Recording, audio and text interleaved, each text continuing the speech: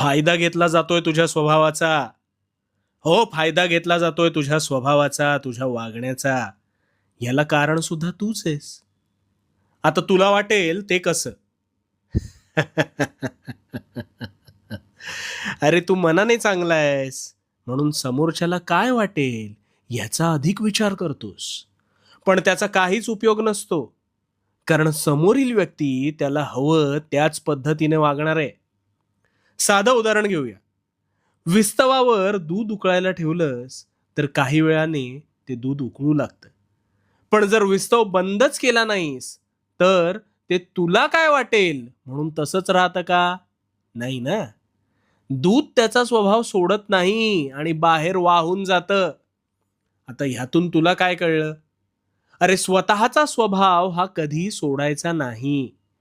इतरांचा इतका सुद्धा विचार करायचा नाही की